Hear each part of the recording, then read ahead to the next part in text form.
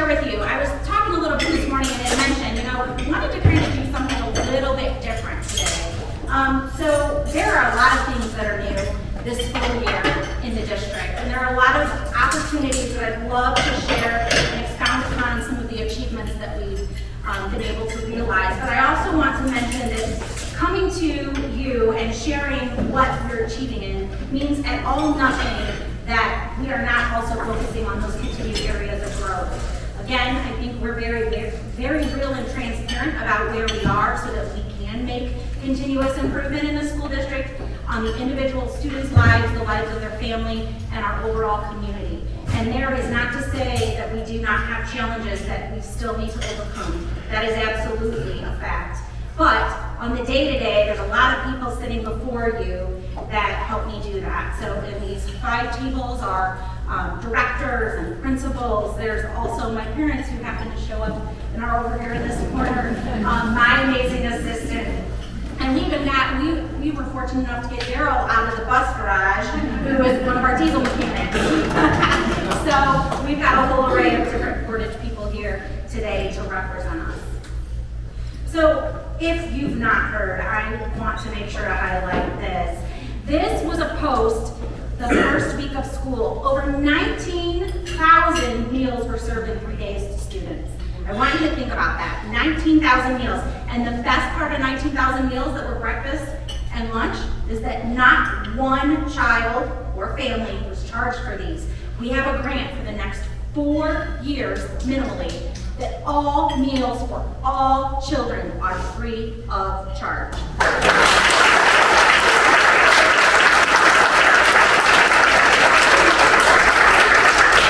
As you know, we took a stance a long time ago in about 2017. I had been with my role currently for about a month and realizing through policy that we were giving supplemental meals, which is a common practice in school districts if you don't have the funds available in your lunch account. When I mentioned that to the board, they were absolutely blown away and did not want to do that. Through the years, many of you and your organizations have supported us through our Angel Food Fund, and we have been able to pay off lunch debt and still not give a child a supplemental meal. There is or was no food shaming in Portage Township schools. That's something to be proud of, and I always call that the mom badge. No food shaming was going on in these last 7+ years. However, what a great opportunity to now say to families, and on top of it, that lunch debt was just paid off for our final time in the next 4 years, and we have now started where students will have their lunch and breakfast without any fees.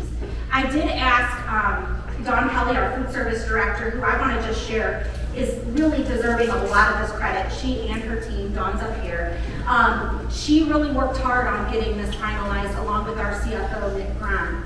And I asked for some comparison numbers yesterday. So just to give you an understanding of what this means to every child who enters our school buildings each day.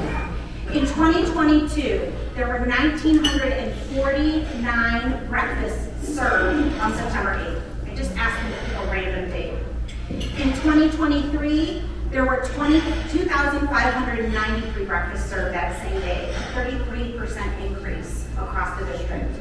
Lunch in 2022 on September 8th, there were 3,926 breakfasts with an increase from September 8th of 22 to 23 of 24% with 4,883 lunches being served. Just to kind of break that down to you for a daily average in August of 22 compared to August of 23, breakfast is about a 42% increase in students participating and about an 18.5% increase for those students participating in lunch. Again, we all know it all starts with those basic needs being met. And to be able to have those kids have full, warm bellies 2 times a day without any possible question as to who eats or how you get to eat, it is a huge accomplishment for this district, and I know that you would absolutely agree with that. So I want to thank my team. There's a lot of hard work that goes into that. Not to also forget there, if you've not seen the the produce and the raw protein that is now coming through yet another grant that our schools with Dawn's leadership has successfully procured for our students, and that is daily fresh fruits and vegetables. The peaches I heard at the high school were phenomenal this week. So fresh fruits and vegetables, and they will be also cooking with raw protein once they have their recipes developed. So lots more good to come. And I did want to spend a lot of time on this slide because I think we would all agree nothing comes in the future of achievement and growth without making sure kids' basic needs are met.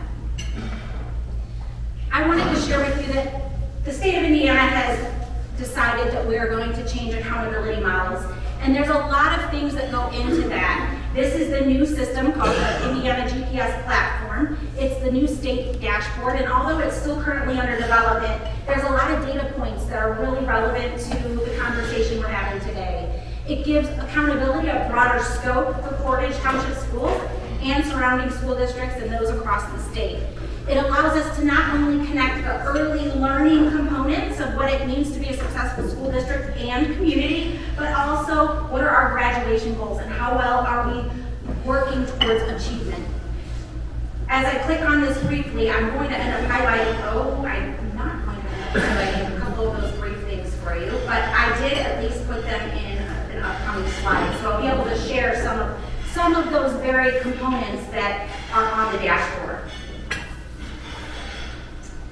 Community engagement. This is a huge addition to what we've already been attempting to do. As you know, it takes all of us to help our students realize their potential and reach those achievements now and in their future. We've increased opportunities for the community to have input. We had a strategic planning committee that occurred last spring, and we are in the final steps of finalizing that plan as our administrative team is working on the actual strategies, research-based, evidence-based strategies that will help us to meet those goals in the near future. We also have implemented various community surveys. I'm going to highlight some of the data of our most recent survey that we took in the spring. And also we implemented the Portage Forum series, where we had different groups in the community as well as parents, educators, support staff, be able to share in some insight and discussion. Most important of all, we've had forums with our students, and our students have a lot to say, and some of what they have shared with you will be reflected when you see these future slides about our goals. Also, elementary resource officers, that has been a new addition. I want to specifically thank Chief Candiano and also Dr. Mike Stevens, who is the Associate Superintendent, as they've collaborated very well on getting that presence in our elementary schools, not just our secondary schools, on a regular basis. Samuelson Insurance, the student recognition program, has been a great success for us, and again, just another opportunity to share how we're partnering with our community. Summer Book Bus, many of you saw that, and I think some even saw here where Tilly was visiting with us. I think one day she did try to drive it, so it was pretty fun for the kids to see. And then our various school district services of our students and the community partnerships that exist, again, with NWU and beyond. So the strategic planning process. As I shared with you, we did have that survey completed, and I wanted to share just a few of those results. We spoke about the overview of our plan. We updated our district goals, our mission and vision statement. What work have we done towards each goal, as well as our tactics and strategies to achieve over the next 3 years. And here's some of the survey results that we heard from you and others in the community. We did learn that there was 99% wanted us to hire, develop, and retain school staff. We all have had those challenges with the recruitment and retention of employees and what it means to be providing a competitive wage and what benefits look like so that our employees have that job satisfaction. There's various other components in here about the quality of instruction in a classroom, student achievement, the climate and culture of the school district, and opportunities for students outside of the classroom. You'll see here that the key takeaway is that we as a community have been able to pinpointed target that students need quality activities outside of school. They need quality educators in the classroom, and we need to be able to retain those individuals, fully knowing that it takes all of us, a climate and culture that is supportive and hopeful for the future kids of this community. So here's our mission moving forward. We're student-centered, community-inspiring, lifelong learners, embracing change, pursuing equity, and celebrating diversity. This is comprised of about a group of 40 individuals throughout the community, internal stakeholders, external stakeholders, some community members that have no children in the community, and others who have children in the community. Our vision statement is empowering the community of tomorrow, today, Portage proud. And then our belief statements. I think these are really powerful. There used to be a really lengthy list of these, and I wouldn't be able to necessarily rattle them off. But now, we in Portage believe that all children can learn, our children deserve our best. We believe in the power of partnership and collaboration with families, educators, and community. We believe in our diverse programs and rigorous, responsive curriculum that meets the needs of all children. We believe in equity and equality for all. We believe in caring for the whole child, both in and out of the classroom. We believe in fun and celebrating success, and we believe in each other. These then were turned into tangible actions after looking at what our goals were.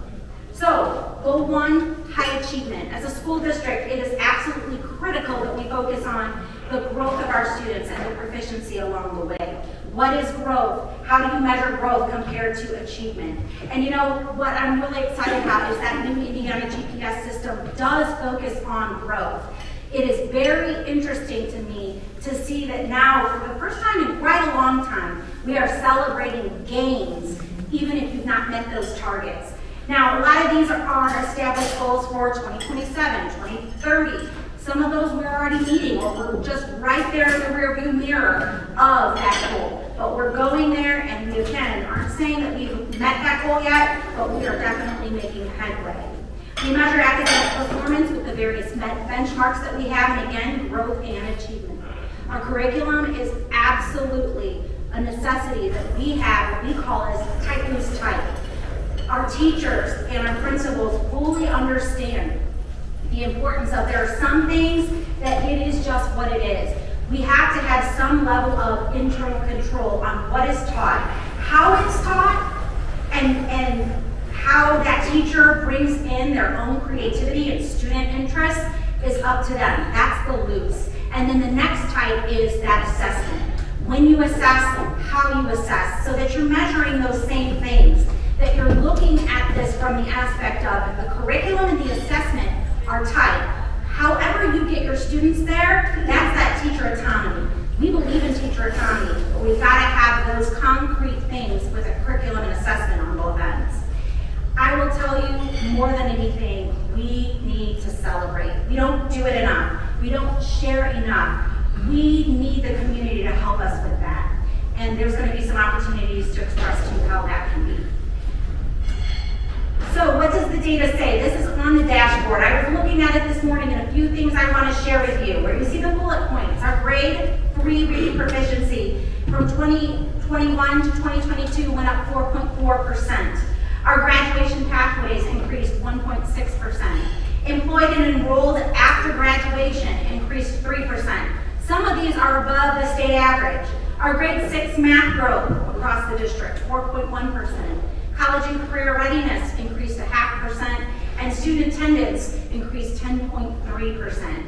Now, the one that I wanted to point out to you is, again, just like any other piece of data, when you look at it, it depends on what you're looking at. And the one thing about the GPS is that even if you go down, if you're greater than that state average or that expected goal, it's going to show you a red arrow. But I want to point to you that the advanced coursework for students prior to grade 9, it technically went down 10.6% from the previous year to this year. Now, of course, it's important to look at the data and how that happened and why that happened. But I want to point out here that although it looks like a red arrow, the state's average is 35.2% in this area. Even dropping 10%, our average is 81.6%.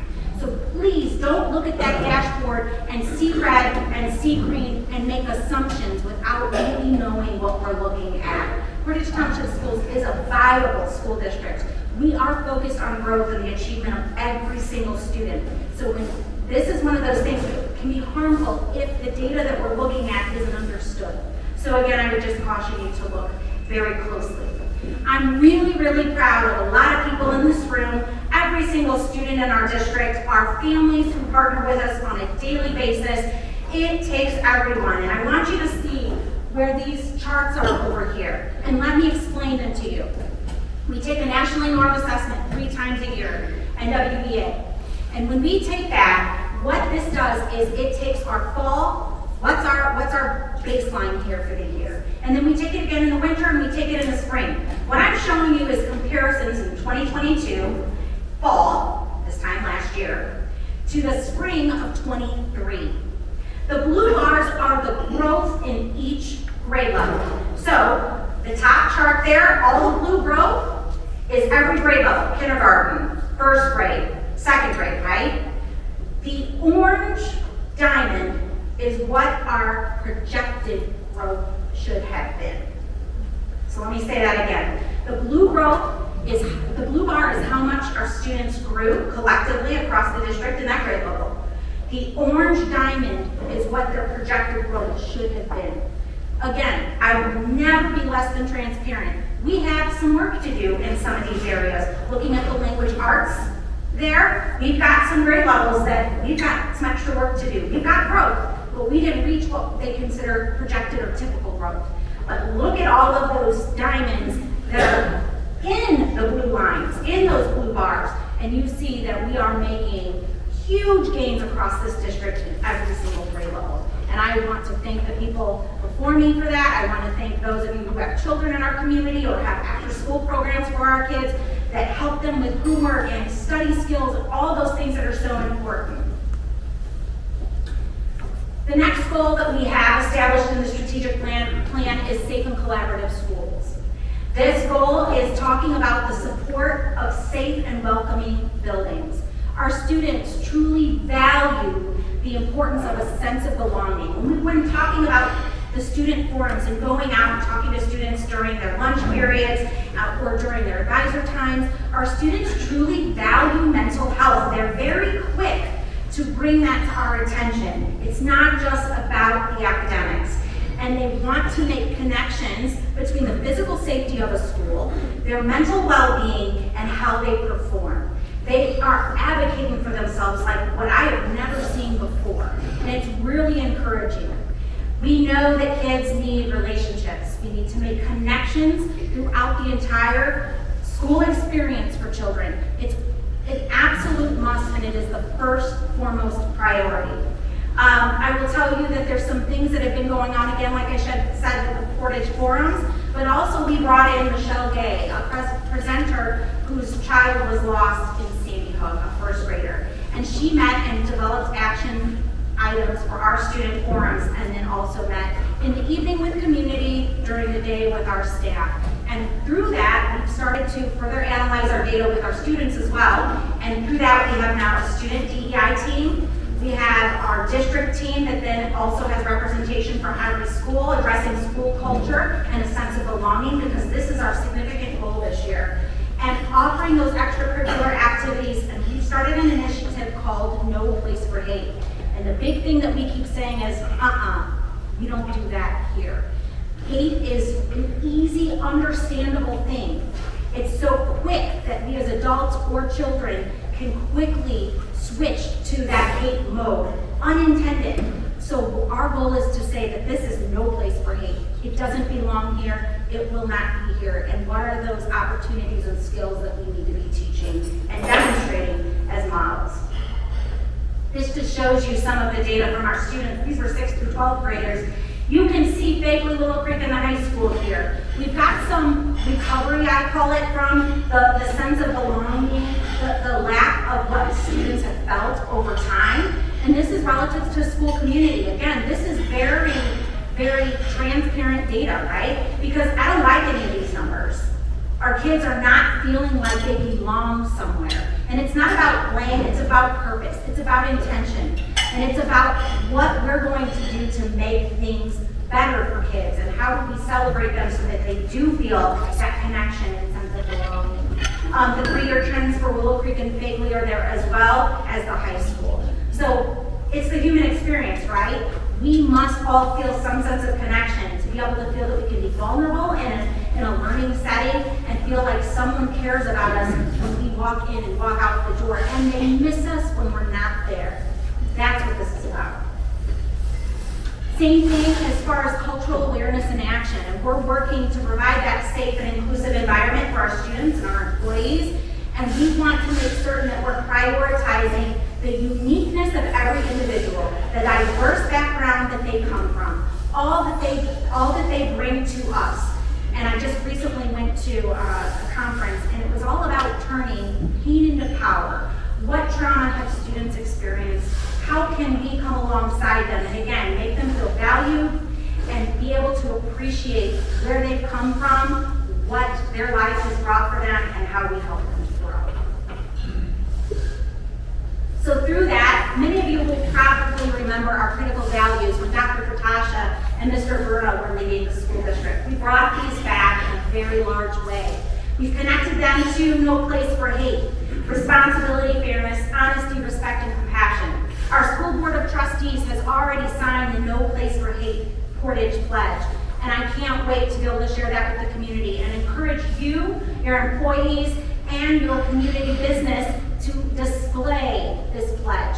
Our students will also be celebrating the No Place for Hate Pledge in a very large way in the coming weeks, and again, we want you on board with us. So we have a monthly focus in the district that is focusing on each of these, and they will be repetitive. There's no point in having one per month just so that they don't repeat. No, these are 5 really important things. As employers, I know that you obviously value those 5 skills in future employees, and with that, these are also things we as a community need to be modeling. So, again, talking about that importance of diversity and equity and inclusion. We've got some opportunities that I don't think it's going to let me play here, but we'll make sure to get this video out. And this was the opportunity for the newly formed students STEPA's team. And this team was a launch of that work for diversity, equity, and inclusion that our students advocated for. And they actually use a STEP routine that connects to the critical values. It's also on our website, but we'll make sure to throw up this whole presentation for you to view as well. Goal 3. Of course, as a school district, we have to be fiscally responsible. We look at our current school funding formula, we leverage our bond projects so that we're making sure to use tax rate management planning. We are prioritizing funds to align to our strategic plan, our facility updates, planning projects, programs that we have throughout the district that directly correlate to the needs and desires of our community for what it means to have quality education in Portage Township. We maintain a healthy reserve. That's not always common in schools. We make decisions to preserve our exceptional credit rating and community partnerships and financial support, such as that from Trustee Clancy when we collaborated to have the South Haven Inclusive Playground. And a video will be also in this presentation for you to view of students playing on that. So what does this mean? I will say this loud and proud from any corner of this room and any corner of the earth. Portage Township Schools is fiscally responsible. Our S&P Global rating was reaffirmed at its AA+ program rating and AA- underlying rating in 2022. I want you to hear this. This is the highest rating amongst Indiana schools. And I'm going to say that again. This is the highest rating amongst Indiana schools. And I have a lot of people to thank for that, past and present. But I will tell you this, it is not common. It is very unheard of. Our bond counsel and our other financial advisors are repeatedly telling us just how phenomenal this is as a school district in the state of Indiana. And I would be amiss if I didn't say that this is current and past boards that have also prioritized their fiscal responsibility. And for that, I just want to applaud them because this is not easy. This is not easy with the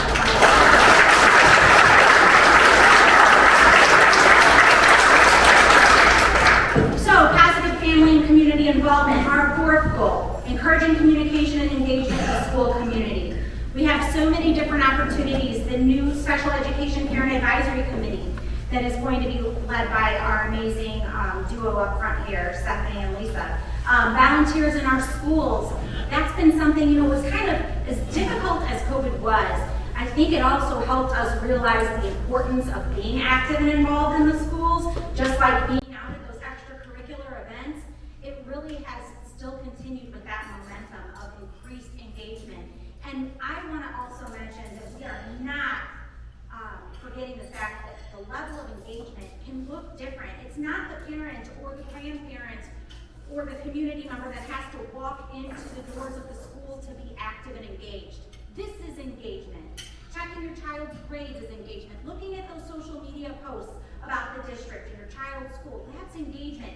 We have to expand what we as traditional adults feel like parent engagement, community engagement is, because it needs to be so much more celebrated. We also have the forum series that will be coming out again this school year currently. Our social media safety night was something we did last year. Our data points for parent-teacher conferences, and we're about to get those back in order for October. Dates will be coming out. And then our various partnerships and opportunities to meet throughout the community. So a lot of times we get this question, how can you engage with our schools? Reading a book to a class of students. We've got Popcorn Fridays, via Lunch Buddy. We are always looking for adult mentors. Celebrating our kids, hosting an incentive program, offering a discount to students, sharing our social media posts. How simple and easy is that? Many of you do that, and we are grateful. How do you donate non-perishable foods to our school-based pantries, school supplies, cold weather gear? Call us. It doesn't matter which building you call. It doesn't matter if you call the administration office. We will find a way to help you locate those items so that they can be in the hands of students and families.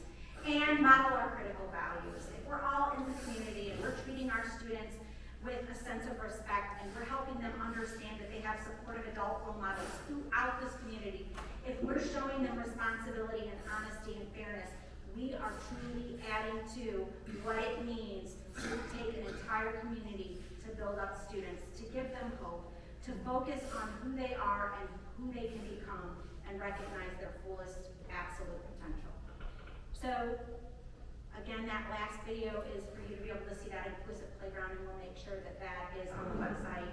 I can't thank you enough for always allowing us this opportunity. Clearly, I could brag forever about all of the things wonderful PTS, but I think if nothing else, hopefully you can just see just not only where we've come, we've got work to do, but we're headed in a good place. Thank you.